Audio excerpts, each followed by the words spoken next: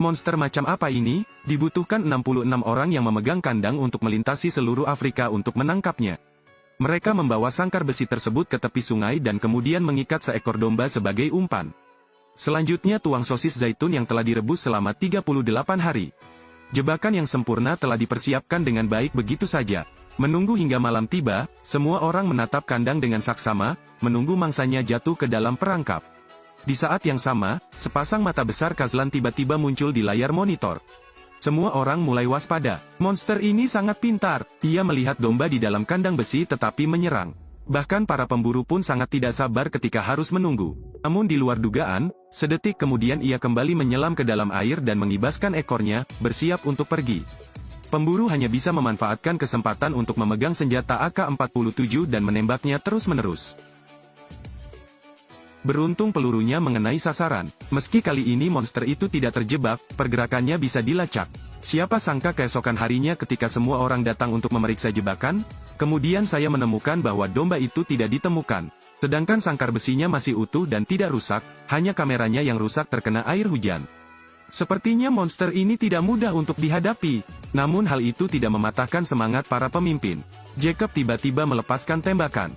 Dia mengingatkan semua orang untuk mengatur ulang jebakannya, bersiap untuk memikat monster itu. Pada malam hari, ketika semua orang sudah siap menunggu kedatangannya, mereka tiba-tiba melihat seorang pria. Ia naik ke kandang besi tanpa rasa takut dan mulai mendekat sambil memanggil nama monster itu. Gustav, kemarilah cepat, tapi dia bernyanyi lama sekali tapi tetap tidak ada gerakan di bawah air. Sepertinya monster itu tidak ada di dekatnya, tapi saya tidak menyangka saat itu. Bocah 5 tahun bernama Jojo ini pergi sendirian ke dalam kandang besi dan ingin menangkap monster itu sendiri. Namun di luar dugaan, ia secara tidak sengaja mengaktifkan mekanisme pintu sangkar besi. Saat itu, sepasang mulut besar tiba-tiba melesat ke depan. Monster juga muncul. Saya melihat sangkar yang berat dan langsung jatuh ke air. Jojo akhirnya merangkak ke atas.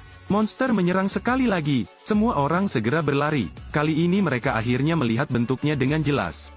Ternyata itu adalah buaya prasejarah. Jacob segera mengambil bom tersebut dan melemparkannya ke dalam air.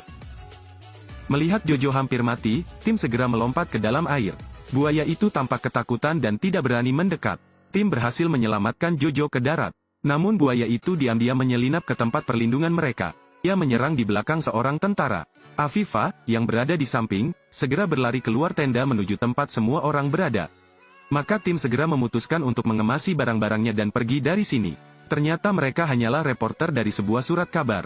Saya dengar di Afrika ada buaya raksasa bernama Gustav, setiap tahunnya memakan tak kurang dari 400 orang. Tidak ada yang pernah melihat bentuk aslinya. Untuk menarik suka semua orang, mereka memutuskan untuk datang. Tapi mereka akan segera menjadi santapannya. Keesokan harinya saat kalian bersiap-siap untuk naik pesawat untuk berangkat dari sini. Di dalam hutan tiba-tiba sebuah mobil keluar.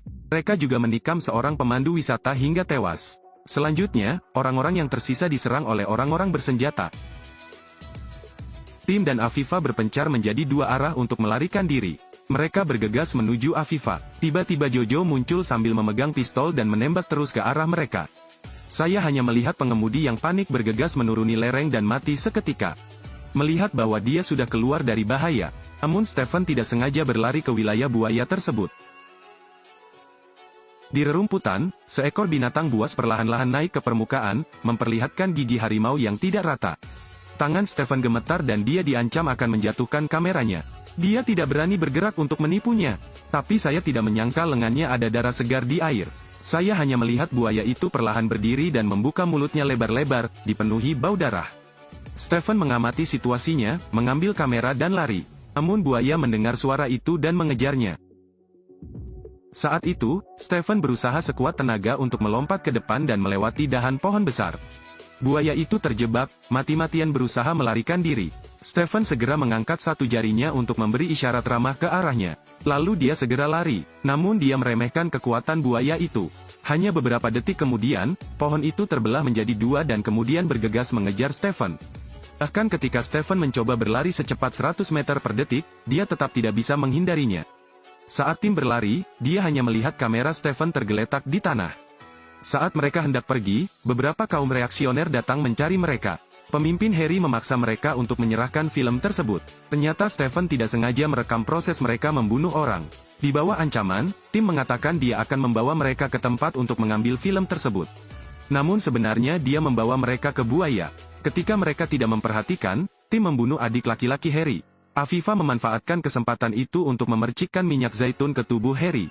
Lalu keduanya segera lari. Tetapi saat ini Harry memegang pistol dan menembak, melukai Tim. Saat ini, buaya muncul kembali, menakuti mereka. Buaya itu berjalan menuju Tim dan Afifa dan meraung. Namun ia tidak terburu-buru menyerang kedua orang itu dan malah menoleh ke arah Harry. Harry berbalik dan lari, namun hasilnya tetap menjadi santapannya. Tim dan Afifa akhirnya lolos dari bahaya. Mereka juga tidak berani mempertaruhkan nyawa hanya demi mendapatkan like. Film berakhir di sini. Sampai jumpa lagi di film-film berikutnya.